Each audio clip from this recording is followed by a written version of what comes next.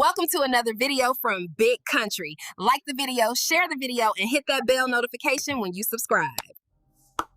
What's going on, everybody? What's going on, everybody? You know who this is. It's your boy, Big Country. Like, share, hit the bell notification when you subscribe. Put a comment in the comment section. What I want to do here today is do a video of, this is African woman here from Condo, or something like that there. And she's basically going in on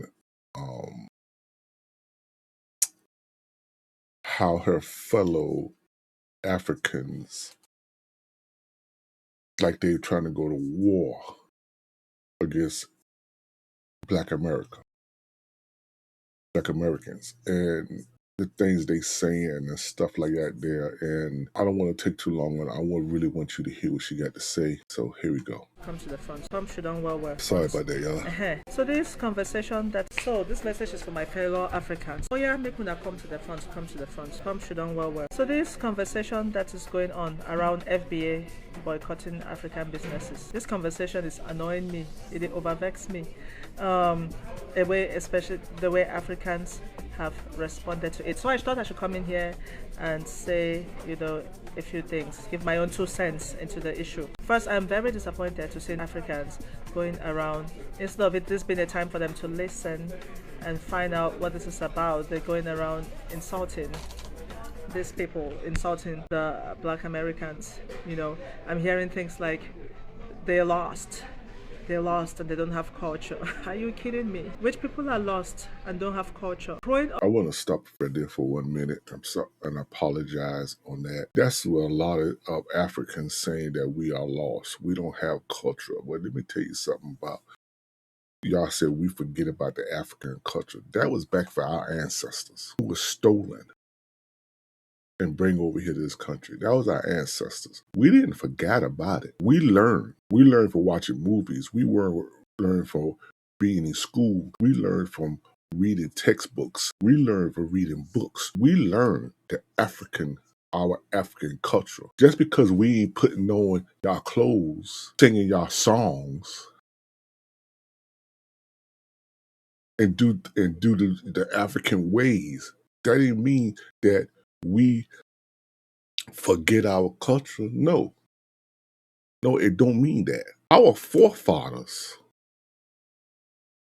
who built this country to what it is today, our culture is America. It's America. Y'all come over here and, excuse me, my eyes staying itching. Y'all come over here and y'all don't try to learn the Black American culture. Y'all come over here and try to force y'all culture onto us. We don't force our culture onto y'all. You want to tell me that growing up, wherever you grew up in Africa, you people were not trying to imitate Black Americans? The way they dress, their music, the way they sing, the way they dance. And then we have the audacity to sit here and say they don't have culture. Every race steal from African American. Our music, the way we sound, the way we talk, the way we walk, our mannerisms, everything. Every race steal from us, from every country. But we don't Black Americans don't take from y'all or try to imitate y'all culture. Everybody try to imitate us. I remember one time I was a little kid, you never see a white girl had a hair in a dread, or had their hair all braided up like Black people braid their hair.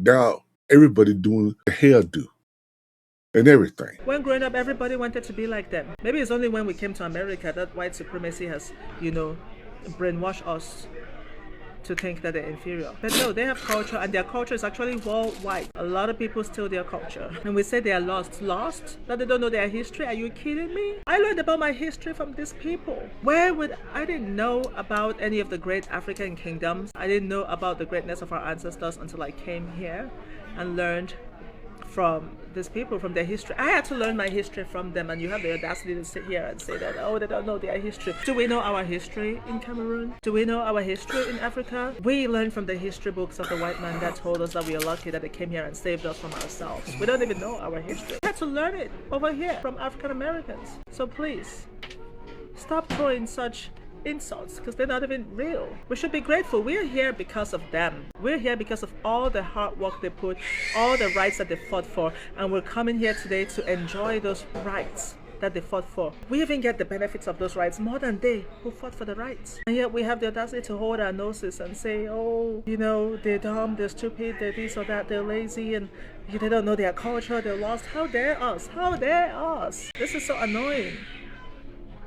In fact, when I look at, if you don't know the history of this country, please look it up. Because when I look at the history of this country, when I look at all the things that African Americans have gone through, the fact that they're still standing and they're still striving for a better country, the fact that they're still here is an absolute miracle. This is what I call the epitome of resilience. This is the epitome of resilience. They've been through so much, yet they continue to strive and to make it better. Whereas many of us in Africa have just kind of given up on progress. So just kind of, thank God it's changing a little bit now in some countries, but for the most part, a lot of people in African countries and the countries have given up on progress and just, bend to the will of the Western world, who continues to extract our resources. And then some of you even said you're trying to, some of you were even saying, oh, you're trying to cast witchcraft spells on the African Americans. They dare boycott us. We're gonna send witchcraft. Are you kidding me? I bet. If you could do any witchcraft that could actually work, why didn't you do it against the white man who's pillaging you till today? Came and stole your people, extracted everything, and so today they're still pillaging you. You've not unleashed the witchcraft on them. You want to come and unleash it on your African American brothers and sisters. People sit here and complain, oh, they're not successful. Look, Koreans come and they build stores. The Arabs build stores in their communities. Don't have stores in their communities. Africans build stores in their communities. Have you ever Googled why that is the case? Do you understand zoning practices and discriminatory practices? Do that homework. Figure out why is it that the African community is full of Korean stores and Arab stores and so on, but not businesses owned by the African Americans themselves. Google that. Do that for your homework. Just do that for your homework. And then some people, the other thing that really annoys me is that this boycott is not even about hate. And some people are framing it as the African Americans hate Africans, or whatever, or they're underlooking us and so on. Yeah, is there a fringe of them who might feel that way? Of course. But if you look at the origins of this boycott, it's not about hate or anything. It's about they feel disrespected in our business places. They feel disrespected in our hair salons. They feel disrespected in our restaurants. And they're trying to take a stand and say, no, we shall not be disrespected. Yeah, we've tried to twist it over and make it be about hate versus not hate, and oh, unity this, unity that. You can't have unity without respect. You can't. There shouldn't be just unity for unity's sake. If we need to have a conversation to bring some things to light, then we need to have a conversation to bring some things to light. There are some people I know who do not care about the impact that they have on others until they are impacted. There are some people who do not care, about the disasters they leave in their wake until there's consequences for them themselves. And maybe this is African Americans' ways of saying enough is enough. We need to take a stand to demand respect, especially from our fellow from our fellow people who share our skin. I know some people say, oh well, but everybody disrespects African Americans. It's not only Africans. Why are they choosing Africans? The Indians disrespect African Americans, the Arabs, everybody, the Asians, the white people, of course. Why are they choosing to boycott just African communities, African businesses, that they're just going for the lowest hanging fruit? You know what? Yes. Do you know that when your own kinfolk disrespects you, it hurts more than a stranger on the street? I bet if you were walking on the street today, and a stranger just shouted to you, Sacha, you have a big head. You have a big head. Would you even care? No, you'll not even care. Imagine you came home, your mother said, Sacha, you have a big head. You start looking, do I have a big head? You go to the mirror and look at yourself all day. Do I have a big head? So this kind of disrespect hurts more when it's coming from your own folk. We cannot be sitting here and demanding unity without actually breaking down what is causing what is causing them to take this action. We really need to show respect. Now it's time for us to listen and show respect instead of threatening that we'll unleash witchcraft and we'll do this, try that. No.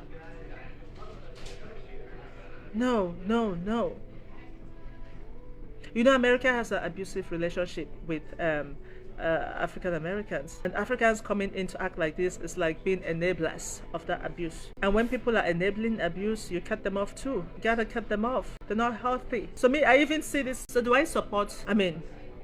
let's not pretend, you know, that when we came here, many of the aunties in the community didn't tell us, don't interact with those African Americans. You will go downhill if you interact with them. Let's not pretend that we don't know that this disrespect is there, because it is there. And guess what? It is showing. It shows when we least expect it, and that's what they're tired of.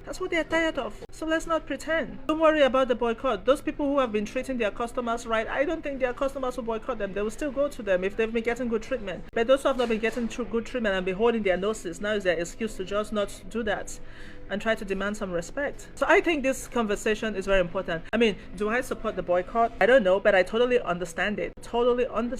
In fact, I changed my mind. Maybe I actually support it. Because guess what? Both sides carry wounds. Both sides carry a lot of wounds, and those wounds can easily be weaponized by a system that doesn't want to see Black unity, by a system that doesn't want to see one unified Black voice. But we cannot have one unified Black voice if we pretend that stuff's not happening, if we just put stuff under the rug. We cannot. So in order to have real unity and have one unified Black voice, we need to have a dialogue. Boycott might not heal us, but dialogue could heal us. Actual history could heal us. If we are sharing the same history, the same facts, it could heal us. So for me, that's a silver lining with this boycott, is that it's forcing an important conversation that needs to happen. I encourage you, my fellow Africans, to have this conversation, inquire, do your research, find out, learn about this country, learn about the history, learn about the struggles of African Americans that have helped us and enabled us to be here. And if you're watching this and you appreciate the hard work that Black Americans have done for us, please like this, share it with any Black American friends you have, comment, or yeah, just spread the message. Please, let's appreciate these people in this.